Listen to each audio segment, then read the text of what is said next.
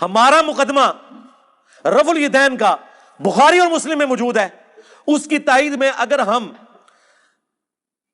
جز رفع الیدین سے یہ روایت لے کر آئیں، جو روایت ہمارے نزدیک صحیح ہے، اگر کسی کی جرح ہے تو اس کا ذاتی اپنا، کہ عبداللہ بن عمر ان کو کنکریاں مارتے تھے جو رفع الیدین سستی کی وجہ سے چھوڑتا تھا. کوئی کہتا ہے جی ٹھیک ہے، کئی محدثین نے اس روایت کو صحیح کہا لیکن میرے نزدیک صحیح نہیں ہے.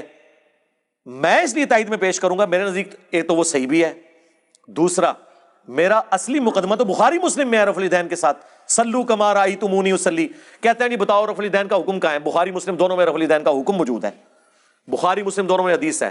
مالک بن حویرث کہتے ہیں ہم چند نوجوان تھے، تبوک کے موقع پر مسلمان ہوئے حضور کی وفات سے چند مہینے پہلے، اور ہم اپنے گاؤں ایریا سے آ کے مسجد نبوی میں رکے، آپ کی صحبت کی، 20 دن رہے حضور کے ساتھ دین سیکھنے کے لیے. کہتے ہیں پھر ہمیں گھر کی یاد ستانا شروع ہو گئی. ایک اچھا ٹیچر وہی ہوتا ہے جو فیس ریڈنگ کر لے. آپ تو کہتے ہیں نا حضور آپ کے زمانے میں ہوتا تو آپ کے ساتھ ہی رہتا، جو اس زمانے میں تھے انہوں نے اپنے کام بھی تو کرنے تھے نا، یہ دنیا میں نظام چل نہیں سکتا. تو وہ مالک بن حویرث کہتے ہیں حضور نے جب ہماری حالت دیکھی نا کہ آپ یہ بچے انٹرسٹ لوز کر رہے ہیں، ان کو گھر کی یاد ستا رہی ہے، تو حضور نے خود ہی بلا کے کہا کہ ٹھیک ہے بس جاؤ.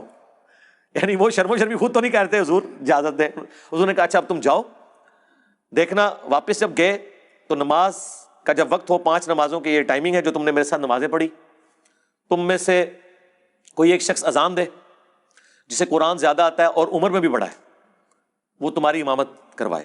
اور ساتھ ہی آپ نے فرمایا صلو کما رأیتمونی اصلی، اور نماز تم نے ویسے پڑھنی ہے جس طرح مجھے نماز پڑھتے ہوئے دیکھا ہے. حکم آ گیا نا، نماز ویسے پڑھو جس طرح مجھے دیکھا.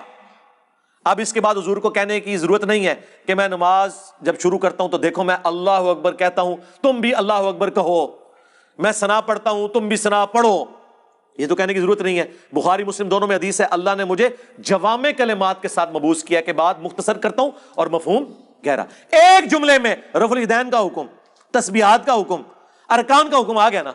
مالک بن حویرث جو یہ حدیث روایت کر رہے ہیں انہی سے پوچھ لیں کہ حضور نماز کیسے پڑھتے تھے. وہ تابعین کو نماز سکھا رہے ہیں اور کہہ رہے ہیں کہ اس وقت نماز پڑھنے کا میرا ارادہ نہیں تھا، میں صرف اس لیے نماز پڑھ رہا ہوں تاکہ تمہیں بتاؤں کہ نبی علیہ السلام نماز کیسے پڑھتے ہیں. بخاری مسلم دونوں میں موجود ہے. انہوں نے نماز شروع کی تو دونوں ہاتھ کانوں تک اٹھائے، مسلم میں کانوں تک ہے اور بخاری میں صرف الفاظ ہیں کہ ہاتھ اٹھائے. جب رکوع میں جانے لگے تو دونوں ہاتھوں کو بلند کیا کانوں تک، یعنی انگلیوں کے پورے کانوں کی سیدھ میں اور ہتھیلیاں کندھے کی سیدھ میں، اور رکوع سے سر اٹھایا تو ایسا کیا.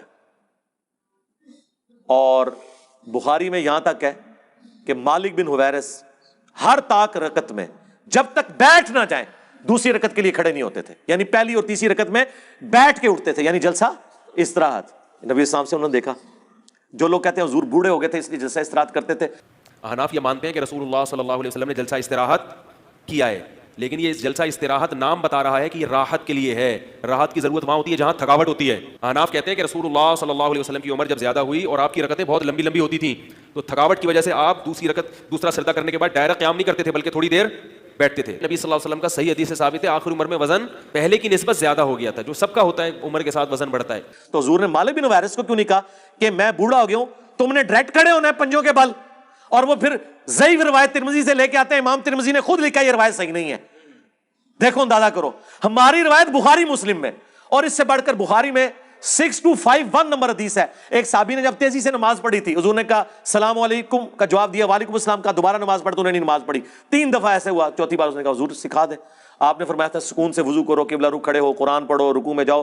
پھر آپ جب سجدے میں پہنچے آپ نے فرمایا سجدہ کرو، پھر 2 سجدوں کے درمیان بیٹھو، پھر دوسرا سجدہ کرو، پھر بیٹھو، اور پھر اگلی رکعت کے لیے کھڑے ہو.